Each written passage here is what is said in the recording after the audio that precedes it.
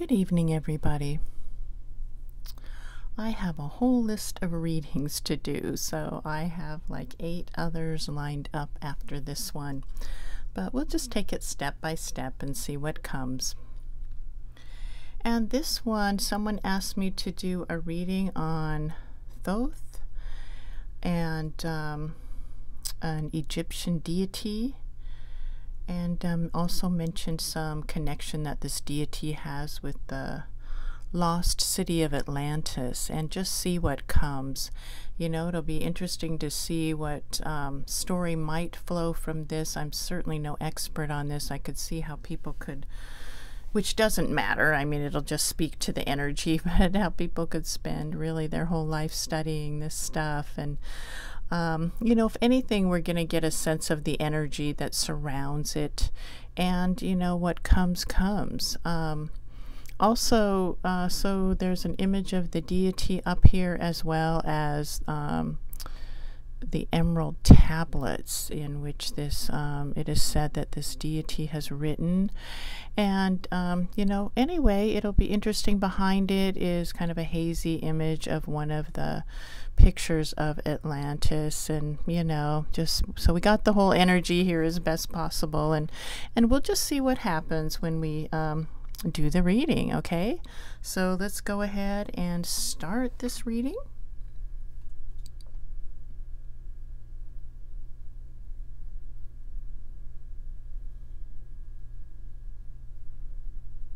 Okay, so usually, at least it feels like the energy's just getting, or the pendulum's getting a feeling of things. You know, there's quite a bit here, and what it will, let's see, usually it starts linking things up, comparing, but you know, I don't really know. Okay, so there's very much of a heaviness there dropping down. Around this image of the Egyptian deity Thoth. And okay, so this deity lived, really there was quite a grand scheme, is what in the grand scheme of things is a feeling. So he again, the energy of this deity is one that worked on many levels. As a scientist, as a writer, as a producer, in a way, a producer of the workings of the universe, kind of a conductor for that, very much of a broad expanse or broad reach to this this deity. You know, really the energy and the expansion of this this Thoth energy is one that went across a lot of continents, a lot of time, space elements. Time travel really is what I'm feeling. Time travel. Electricity also is coming.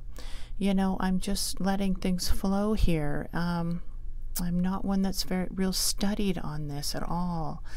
And he branched out. You know, you can see a tree that began and it just kept growing, like, and it could, it was one of those that, you know, as some trees, I guess, can live so many years, this particular energy lasted, you know, beyond lifetimes, really. And this is also the way that the Egyptians felt. It's the feeling here. Okay, so he was sometimes it takes me a little bit of time to get this. Okay, again, very heavy right here. Okay, so there's some bandages, you know, one is feeling where, you know, whatever rituals the Egyptians were involved in, like this mummification process, that Thoth had a hand in that, again, a creator of these things, a creator too of structures, of pyramids that held energy in a very magic, mysterious way. And this is part of what this deity wanted to bring out, was certain I guess a way, I'm hearing controlling energy, and it does feel that way. It feels like manipulating it in a way so that it brought a very high vibration, a high consciousness, and a place that could resonate, within the earthly plane. And again, a writer is also, the feeling, a writer of manuscripts, of some earlier works, or a producer. Okay, that again is coming. Okay, and he again, what he had on his shoulders were different animal figures that were symbolic of spirituality. With this one being a bird with the beak that's hooked, and the moon. One can see the full moon there. So again, a lunar feeling to this, where he was involved or part of moon energies, or again, an orchestrator of some of these things. Alchemy, balance, equilibrium. And one can see the snakes there, the intertwined snakes, which really speak to a lot of medical medicine and, science, as well as kundalini, so that energy that moves through the spirit and through the chakras to unite within the heart. Okay, creator, again, he's a creator in many ways. He really had his hand in many different areas, and again, the lifespan, again, it moved through time-space barriers, and had a way of, this one, a way of wanting to, again, it's manipulating energy, or manipulating in a way that, see if that was all a good thing. Okay, so it's feeling fine. It's feeling like, yes, it is. It was much, again, a very evolved being in energy, high consciousness, or higher consciousness, attempting to work with those vibrations and bring them out. Advanced. Okay, so whenever this, where this spirit lived, this deity, there was an advancement that took place. Advancement in terms of intellectual understandings, advancement in terms of energy connections, movement of energy, space, time, balancing, the cosmos, and also the feeling is death. Okay, death, something about death, and then also resurrection.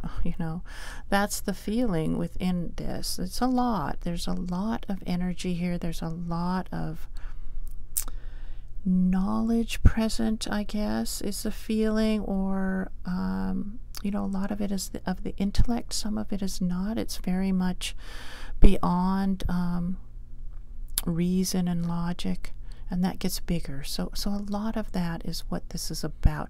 One can see the eyes here too, and the pyramids in the background.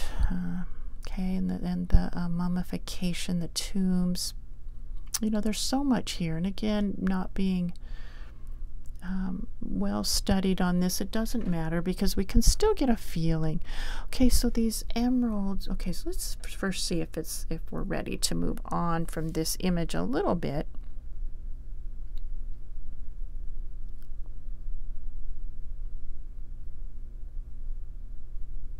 Okay, so again, he came in ancient times, this deity, as a force, really, quite a force.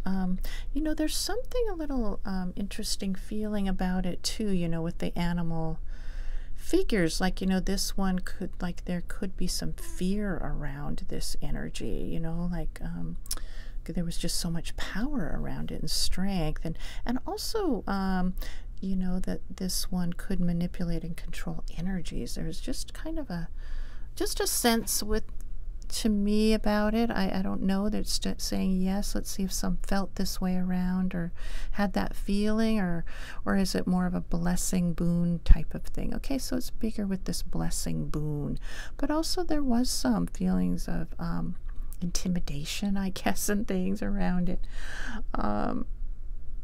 Okay, so it is a sacred feeling, though. It is a one that is an energy that's held high up, you know, again, evolved, advanced is the feeling. Anything else with this? I'm sure there's so much more, you know. And with these emerald tablets, have within them writing of death. Okay, writing of death, in which one can do a travel out of body, or when the body is ready to pass. Ways of again, I'm hearing manipulating the energy so that one can move forward with still memories intact, memories of past lives, so that, you know, learning doesn't have to start all over again. See if this is a good thing. Okay, so, you know, interestingly enough, it is saying yes, and it's big, it's broad. It's like, you know, it was part of that time. It was part of that, you know, it doesn't feel, at least, like this energy is trying to make a statement about, you know, work with anything negative. What it's trying to do is to bring about advancement of learning, of understanding, of intelligence, so that there could be, again, you know, more evolving in consciousness. At least that's it. And again, it's a big yes. Okay, so a lot of that is there within that. There is talk of the third eye and things, which is interesting. You know, all of this, it's in there and a lot more. And this being was able to do exactly what is written in here in terms of this projection outward into other lifetimes. Again, time-space travel. Okay, the writing in here has some eloquence to it. It has some authority to it. It has the feeling of one that has definitely gone through the experiences that are written about. And it cannot be really, you know, when one reads it, they can feel that. And so it rings of that. Okay. Let's see what else. We'll just let this do its thing for a minute.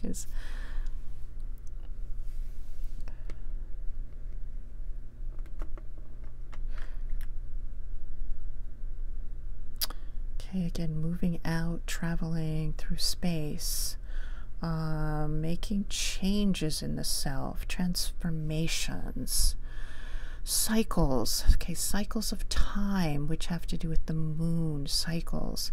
Moon is there always within this deity. The moon, the crescent moon, and the fuller moon, and all the phases of the moon captured here within this energy.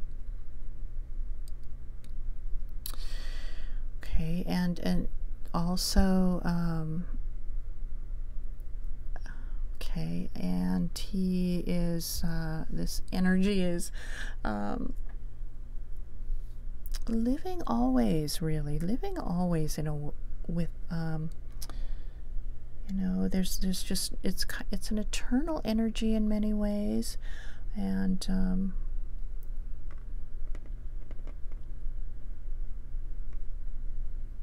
okay, it just feels like this energy could be reincarnated again and again, really.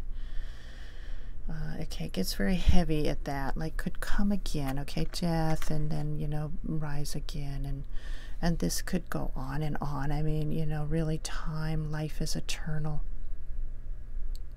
Anything else to know within these emerald tablets? Okay, so no, anything else to know here? Okay. Let's see what the connection with Atlantis is. Anything that's important to know with Atlantis. Okay, so this energy, it sounds like, was some kind of spiritual person there, or had a place there in Atlantis, and he was there. So yeah, I kind of see a cross. He was there as a spiritual leader of sorts. Okay, and this city is one that, you know, it feels mythical. It feels magical. It feels like something that is kind of in the minds and hearts of people that, you know, I feel a projection, like they want to project out and feel like, again, there's magic in the universe. There's wonder. There's something, you know, utopia, okay, something beyond their regular living. And that did indeed exist, and so that kind of lights them up that way. Okay, in terms of it really existing, okay, you see this no, interestingly enough, no, okay, it doesn't exist scientifically, it's saying, but it exists in consciousness in a way, and one can see yes. Okay, so that's interestingly enough. So probably in some energetic way it exists. It feels like it resonates really quite nicely in a balanced way. And you know, I do feel though that this city that was held in high esteem, you know, did have issues. Okay, so you know, let's see, were they all at peace within this city? Okay, there's a light no. Okay, there was a lot of advancement, again, in terms of intellect, in terms of you know, having a lot of book knowledge or understandings of the workings of things and how things connect. Okay, it's saying no. So let's see, is this true? Interestingly enough, it's doing a no. So let's see what happens with that. Okay, so Atlantis is more like a place of wonder, a place of hope, and a place of fear too, in a way. Like, you know, it feels, when you consider it, that all things are really transient. They could crumble anytime. And so there's that edge that it takes one to, you know, when they contemplate it, like, boy, you know, things can just fall apart and disappear, or and maybe rise again, or, you know, it has all this wonder that can be reborn. I mean, there's just so much surrounding it that absorbs minds into it. Okay, so it's frequented, again, one can feel it's got some kind of presence within energy or consciousness, frequented by, I don't know, ghost spirits, it feels like. They walk it, they go through it, they touch the relics that are there, they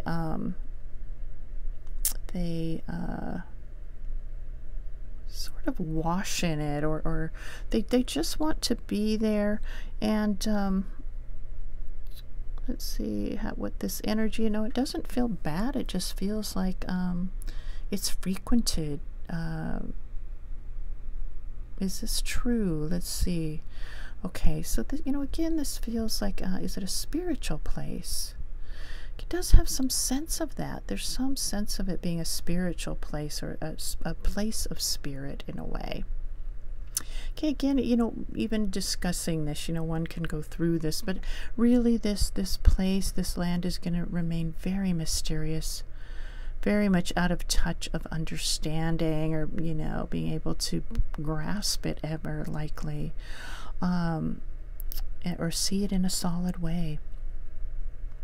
It's a, you know, it's just something that is one of those wonders. Okay, anything else? Okay, so it's really saying no. Let's just see. Okay, it really feels like it's closing now. So that may have been a very simple version of what's here, and it's interesting, that's for sure, and I hope those that are listening and tuning in enjoyed it. Thank you so much. Have a good night. Bye.